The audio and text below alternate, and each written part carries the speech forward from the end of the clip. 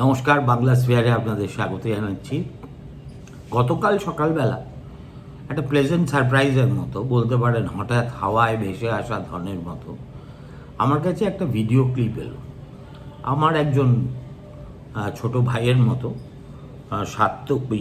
সায়ক চক্রবর্তী, কলকাতা হাইকোর্টের আইনজীবী, সে খুঁজে খুঁজে বার করেছে যে কবে, সম্ভবত 2002-03 সালে হবে, বুদ্ধদেব ভট্টাচার্যের সঙ্গে আমি একটা সাক্ষাৎকার নিয়েছিলাম। সেটা আনন্দবাজার টেলিভিশনের হয়ে নিয়েছিলাম বটে, সম্প্রচারিত হয়েছিল সেটা জি বাংলাতে। তখন জি বাংলা একটা মিক্সড ব্যাগ উপহার দিত। সে যাই হোক, তার নাম ছিল টক ঝাল মিষ্টি। আমি এছাড়াও ওই একই অনুষ্ঠানে 24-25টা ইন্টারভিউ করেছিলাম। দেখলাম যে সবকটাই ইউটিউবে জি কর্তৃপক্ষ তুলে দিয়েছেন। বেশ অনেক আগেই তুলেছেন, কিন্তু আমাদের কারুর চোখে পড়েনি। সায়কেরই প্রথম চোখে পড়ায় সে আমাকে পাঠালো। সেই জন্য আমি তার কাছে কৃতজ্ঞ, জি কর্তৃপক্ষের কাছে কৃতজ্ঞ।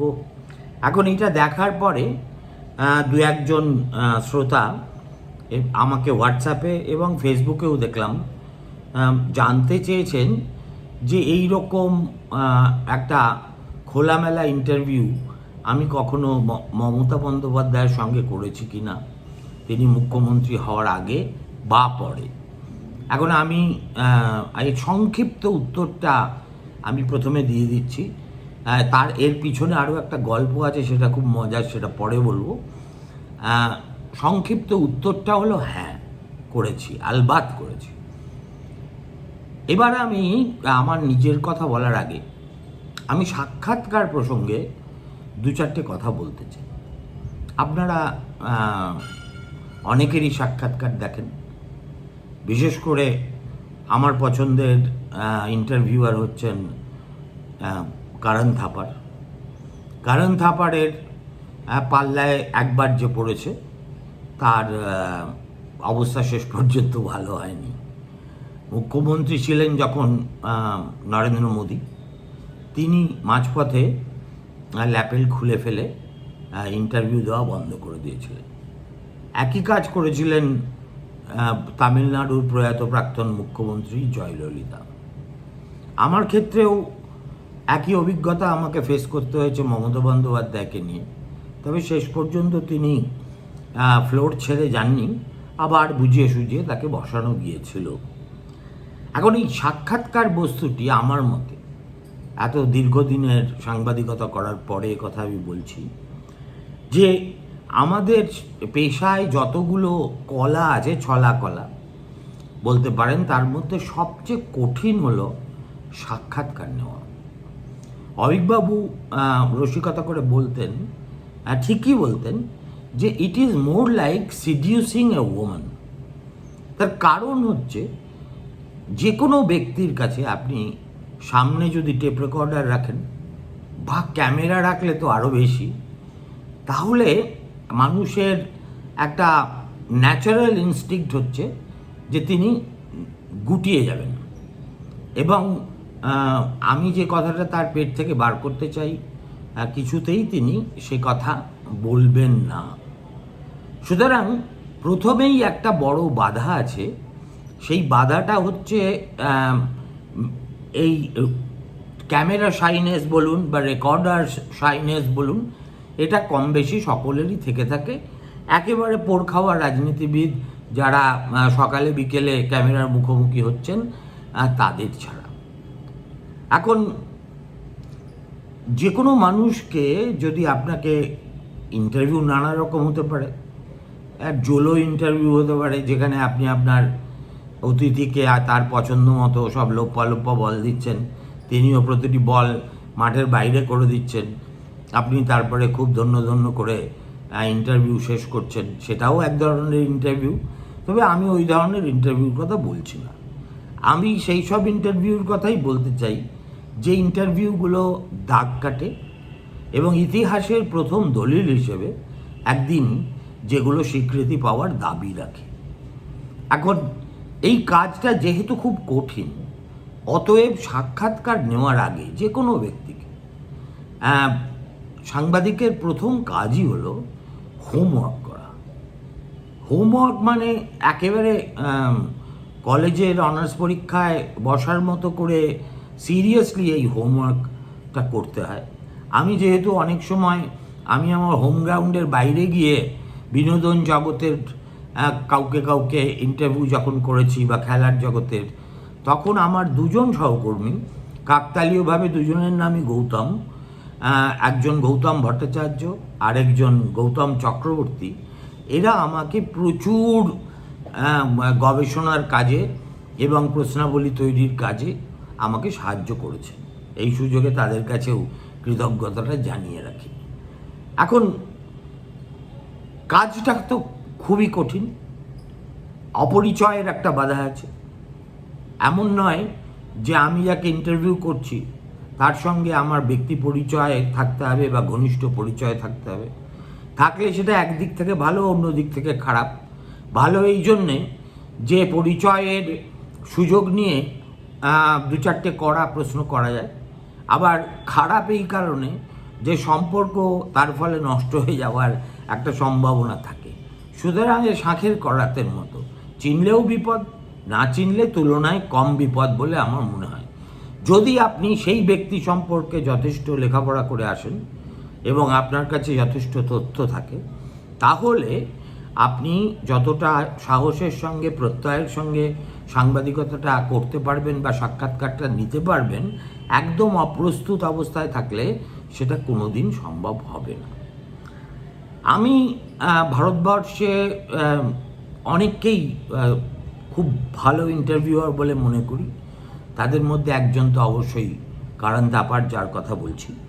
কিন্তু যাকে আমি মনে করি যে আন্তর্জাতিকভাবে আমার কাছে আমার এই সাক্ষাৎকার গ্রহণের প্রেরণা বলুন, বা আমি যাকে মনে করি যে arguably world's best interviewer ever, তিনি একজন মহিলা। তিনি একজন ফ্রিল্যান্সার মহিলা ইটালিয়ান সাংবাদিক। তার নাম হচ্ছে ওরিয়ানা ফালাচি। ওরিয়ানা ফালাচি ইন্টারভিউ করতে করতে এমনই দিকপাল হয়ে উঠেছিলেন যে পৃথিবীর তাবড় রাষ্ট্রনায়কেরা ওরিয়ানাকে খুঁজে বের করতেন যে কবে তিনি এসে তাদের ইন্টারভিউ নেবেন। তার একটি বই আছে, চমৎকার বই আছে, আপনারা ইচ্ছে করলে তার পিডিএফ এখন ফ্রিলি ডিস্ট্রিবিউটেড হচ্ছে ইন্টারনেটে, আমি দেখলাম। বইটির নাম হচ্ছে ইন্টারভিউ উইথ হিস্ট্রি। বইটার মধ্যেই একটা, নামের মধ্যেই একটা দম্ভ আছে, অর্থাৎ ইতিহাসের সঙ্গে সাক্ষাৎকার। এতে কোনো সন্দেহ নেই। তিনি ওই বইতে যাদের সাক্ষাৎকার নিয়েছেন, প্রায় ডজন খানেক রাষ্ট্রনায়ক, ডিপ্লোম্যাট ইত্যাদিদের, তার মধ্যে হেনরি কিসিঞ্জার আছেন, তার মধ্যে আমাদের ইন্দিরা গান্ধী আছেন, জুলফিকার আলী ভুট্টো আছেন, গোল্ডা মেয়ার যিনি স্বাধীন ইসরায়েলের প্রথম প্রধানমন্ত্রী তিনি আছেন, ইরানের শাহ আছেন, কে নেই? It is almost a who's who of international politics of her contemporary world. এবং ওরিয়ানা ফালাচি দীর্ঘ সময় ধরে দিল্লিতে থেকে একাধিকবার ইন্দিরা গান্ধীর সঙ্গে কথাবার্তা বলে একটা ইন্টারভিউ করেছেন শুনে তাকে জরুরি তলব পাঠিয়ে পাকিস্তানে ডেকে নিয়ে গিয়েছিলেন জুলফিকার আলী ভুট্টো, এবং তারপরে তিনি সেই ইন্টারভিউ দিয়েছিলেন। সে কথা ওরিয়ানা তার বইতে খুব মজা করে লিখেওছেন। এখন একটা ভালো ইন্টারভিউ কীরকম হয় তার নমুনা হিসেবে আমি আমার কথায় আজকে যদি পারি তো আসবো, নইলে আসবোই না, কালকে হয়তো যদি মনে হয় আসবো, কারণ আমার ঝুলিতেও কিছু কিছু অভিজ্ঞতা তো আছে, সেগুলো খুব খারাপ নয়। আপনাদের বললে আপনারা বোর হবেন না। অন্তত এই চতুর্দিকে এই দুর্নীতি আর এই মোবাইল পড়ে গেছে পুকুরের মধ্যে, আমার মনে হয় একটা সেমসাইড গোল খেলে ফেলেছে সিবিআই সুপ্রিম কোর্টের নির্দেশ সত্ত্বেও অভিষেককে সামন পাঠিয়ে। এইসবের মধ্যে থাকার চাইতে একটু এই বদ্ধ গরমে খোলা হাওয়ার মতো এই ধরনের লঘু বিষয় নিয়ে যদি আমি আলোচনা করি তাতে আমারও ভালো লাগে, সম্ভবত আপনাদেরও ভালো লাগে। সে যাই হোক, ইন্দিরা গান্ধীকে ইন্টারভিউ করতে যাওয়ার আগে ইন্দিরা সম্পর্কে যা লেখাপড়া করার তা তো তিনি করেইছিলেন, এবং প্রথম দিকে যখন সাক্ষাৎকার নেওয়া হয়নি, যখন গল্প করছেন, তখন ওরিয়ানা ইন্দিরাকে জানান যে দেখুন, আমি আপনার সঙ্গে কথাবার্তা বলবো, আগে অন্যান্য বিষয় নিয়ে কথাবার্তা বলবো, বলে আপনাকে বলতে বলতে বলতে বলতে আপনাকে বোঝার চেষ্টা করব, এবং যখন আমার মনে হবে যে আমি এমন একটা বিন্দুতে এসে পৌঁছেছি যেখানে আপনাকে ব্যক্তিগত প্রশ্ন করা যায়, আমি তখন ব্যক্তিগত প্রশ্ন শুরু করব। ইন্দিরা গান্ধী তখন যে সময় ওরিয়ানা ফালাচি তাকে ইন্টারভিউ করছেন, তিনি বাংলাদেশের যুদ্ধে জয়ী হয়ে বিপুল ভোটে ক্ষমতায় এসে দিল্লি শাসন করছেন। তখন Indira is India, India is Indira, তার চামচারা তখন সে কথা বলছে। এমন একটা সময়ে ওরিয়ানা ফালাচি দিল্লিতে তাকে ইন্টারভিউ করেছিলেন। তারপরে উনি এসে অনেক ইন্টারভিউ চলছে। একটা সময় এসে ওরিয়ানা জিজ্ঞেস করলেন ইন্দিরা গান্ধীকে, now we come to the personal questions, Mrs Gandhi, now I am ready to ask them, and here is the first. Does a woman like you find herself more at ease with men or with women? বিশ্বাস করুন, একই প্রশ্ন আমি আমাদের মুখ্যমন্ত্রীকেও করেছিলাম, Oriana ফালাচির বইটা না পড়ি। আমার মনে হয়েছিল, আমি মমতা বন্দ্যোপাধ্যায়কে জিজ্ঞেস করেছিলাম যে এই যে আপনি সারাক্ষণ 12 মাস 30 দিন 24 ঘন্টা 24x7 যাদের সঙ্গে সময় কাটান তারা সবাই পুরুষ, আপনি একমাত্র নারী। যদিও জনান্তিকে লোকে রসিকতা করে বলে যে আপনি একমাত্র, আপনার দলে আপনি একমাত্র পুরুষ, বাকি সকলে নারী, কিন্তু সে যাই হোক, তো বাড়িতে ফিরে আপনার খুব নিঃসঙ্গ নিজেকে মনে হয় না? জবাবে মমতা কী বলেছিলেন বা বলতে পারেন সেটা আপনারা অনুমান করতে পারেন, আমি তার মধ্যে যাচ্ছি না। হুবহু একই প্রশ্নে করেছিলেন ওরিয়ানা ফালাচি ইন্দিরা গান্ধীকে। ইন্দিরা বললেন, for me it is absolutely the same, I treat one and the other exactly the same way. As persons, that is, not as men and women. But even here you have to consider the fact that I have had a very special education, that I am the daughter of a man like my father and a woman like my mother. I grew up like a boy, also because most of the children who came to our house were boys. With boys I climbed trees, ran races and wrestled. I had no complexes of envy or inferiority towards boys. At the same time, however, I liked dolls. I had many dolls, and you know how I played with them? By performing insurrections, assemblies, scenes of arrest. My dolls were almost never babies to be nursed, but men and women who attacked barracks and ended up in prison. Let me explain. Not only my parents, but the whole family was involved in the resistance. My grandfather and grandmother, my uncles and aunts, my cousins of both sexes. So, ever so often the police came and took them away, indiscriminately. Well, the fact that they arrested both my father and mother, both my grandfather and grandmother, both an uncle and an aunt, made me accustomed to looking on men and women with the same eyes, on an absolute plane of equality. তারপরে একটু gas খাওয়ানোর জন্যই বোধহয় ফালাচি ইন্দিরাকে বলেছেন, and then there is that story about Joan of Arc, isn't there? তার মধ্যে আমি ঢুকছি না। তারপরে এক সময় ওরিয়ানা এসে জিজ্ঞেস করছেন, what it is Mrs Gandhi that has made you what you are? এটা তো ঠিক আছে, এ তো তুলনায় সহজ বল। তারপরে জিজ্ঞেস করেছে কতটা আপনি আপনার বাবাকে ভালোবাসতেন, মহাত্মা গান্ধীকে। এরপরে একটা প্রশ্ন জিজ্ঞেস করছেন, যে প্রশ্ন জিজ্ঞেস করতে আজকে কেন সব সময় দম লাগে। আর ইন্টারভিউই যদি ইন্দিরা গান্ধী হন তাহলে তো দম লাগেই। তিনি ফিরে এসে বলছেন, okay, let's go back to you Mrs Gandhi, to your history as an unusual women. Is it true that you did not want to get married? Yes, until I was about 18, yes. But not because I felt like a suffragette, but because I wanted to devote all my energies to the struggle to free India. Marriage, I thought, would have distracted me from the duties I had imposed on myself. But little by little I changed my mind.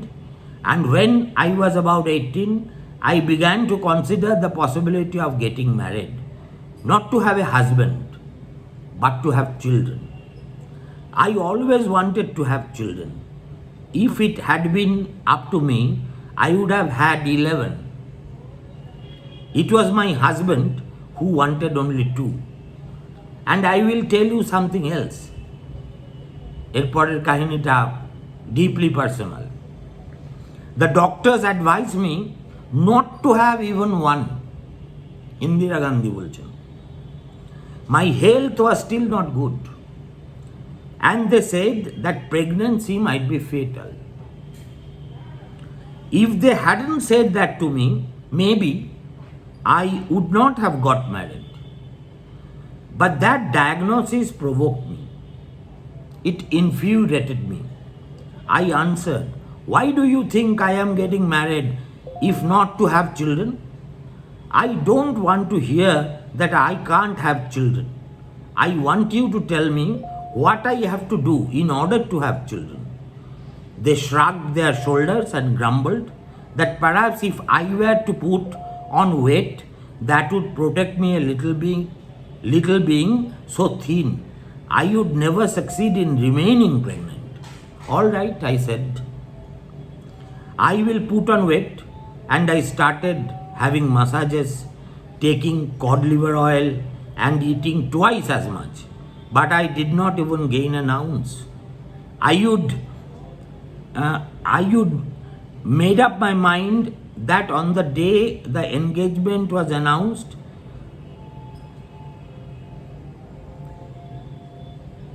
I would be fatter, and I did not gain an ounce. Then I went to Mussoorie, which is a health resort, and I ignored the doctor's instructions. I invented my own regime and gained weight, just the opposite of what I would like now. Now I have the problem of keeping slim. Still I manage. I do not know if you realize I am a determined woman. এরপরেও ব্যক্তিগত লেভেলে আরও অনেক প্রশ্ন আছে। জিজ্ঞেস করছে Mrs গান্ধীকে, Mrs Gandhi, your husband has now been dead for some years, বেশ কয়েক বছর হলো। Have you ever thought of remarrying? Just think, ভারতবর্ষের প্রধানমন্ত্রী ইন্দিরা গান্ধীকে হাসতে হাসতে একজন বিদেশিনী কাঁধে একটা ক্যামেরা ঝুলিয়ে আর একটা নোট বই আর রেকর্ডার নিয়ে বাড়িতে ঢুকে তাকে জিজ্ঞেস করছে যে ফিরোজ গান্ধী তো মারা গেছেন অনেক দিন হলো, আপনার কি তারপরে কখনো বিয়ে করতে ইচ্ছে করেনি? ইন্দিরা গান্ধী জবাব দিচ্ছেন, you are wrong, you are wrong. I was a perfect housewife. Being a mother has always been the job I liked best. Absolutely. To be a mother, a housewife, never cost me any sacrifice. I savored every minute of those years. My sons. I was crazy about my sons, and I think I have done a super job in bringing them up. Debate থাকবে সঞ্জয় গান্ধীকে দেখার পরে একথা বলা যায় কিনা। Today, in fact, they are two fine and serious men. No, I have never understood women who, because of their children, pose as victims and don't allow themselves any other activities.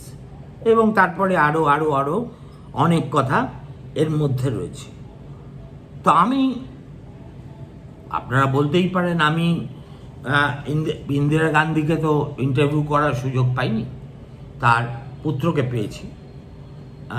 আমি কলকাতা শহরে বসে যেমন এই টক ঝাল মিষ্টি অনুষ্ঠানটা করেছি, ঠিক তেমনি আরও একটা অনুষ্ঠান আমি তার আগে এবিপি টেলিভিশনের হয়ে করতাম, যেটা সম্প্রচারিত হতো তারা টিভিতে। সেই অনুষ্ঠানটার নাম ছিল সোজা সাপটা। সেই সোজা সাপটাতে এখানে যেমন 24-25 জনের রেকর্ডিং এখন আপনারা চাইলে ইউটিউবে দেখতে পারেন, সেখানেও তেমনি জনা 30-35 লোককে আমি ইন্টারভিউ করেছিলাম। এখনও মনে আছে, তার মধ্যে কঙ্কনা সেন শর্মা ছিল, সবে তখন কঙ্কনা ফিল্মে উঠছে। ওয়েবলে যে পুরনো অফিস এই রডন স্ট্রিটে, সেখানে ইন্টারভিউ হয়েছিল। তরিত তোপদার এসেছিলেন। তরিতদাকে সঙ্গে আমার ব্যক্তিগত সম্পর্ক খুব ভালো ছিল। তা তরিতদা বসতে না বসতেই তাকে আমি একটা প্রশ্ন করেছিলাম, যেটা সেই সময়কার সিপিএমের অন্তর্বিরোধের সঙ্গে সম্পৃক্ত ছিল। সেটা হচ্ছে সাইফুদ্দিন চৌধুরীকে কেন্দ্র করে সিপিএমের ভিতরে তখন জলঘোলা হচ্ছিল। সাইফুদ্দিন দল বিরোধী কাজ করছেন না, অমুক করছেন। সাইফুদ্দিন কংগ্রেসের সঙ্গে নৈকট্যের কথা বলে কত বড় প্রতিক্রিয়াশীল বুর্জোয়াদের মতো কথা বলেছেন, এইসব নিয়ে অনেক কথা তখন আমরা শুনতে পাচ্ছি। আর তরিতদার পরিচয় ছিল একটু লিবারেল কমিউনিস্ট হিসেবে। তা ডাকাবুকো লোক, ব্যারাকপুরে নির্বাচনের পর নির্বাচনে জয়ী হয়েছেন। তার হাঁক ডাকে বাঘে গরুতে এক ঘাটে জল খেত। এই যে অর্জুন সিং আজকের দাদা, তখন মিউ মিউ করতো যখন তরিত তোপদার তার ফুল ফর্মে ছিলেন। সেই তরিতদা বসতে না বসতেই আমি তাকে প্রথম প্রশ্ন করেছিলাম, তরিতদা আপনি এখন কোথায়, সাইফুদ্দিনে না আলিমুদ্দিনে? অন্তত 30 সেকেন্ড নীরবতা, তারপরে শুরু হয়েছিল বাক্যালাপ। বাকি গপ্প নিজের গপ্প আশা করছি আগামীকাল আপনাদের শোনাবো। ভালো থাকবেন, নমস্কার, শুভরাত্রি।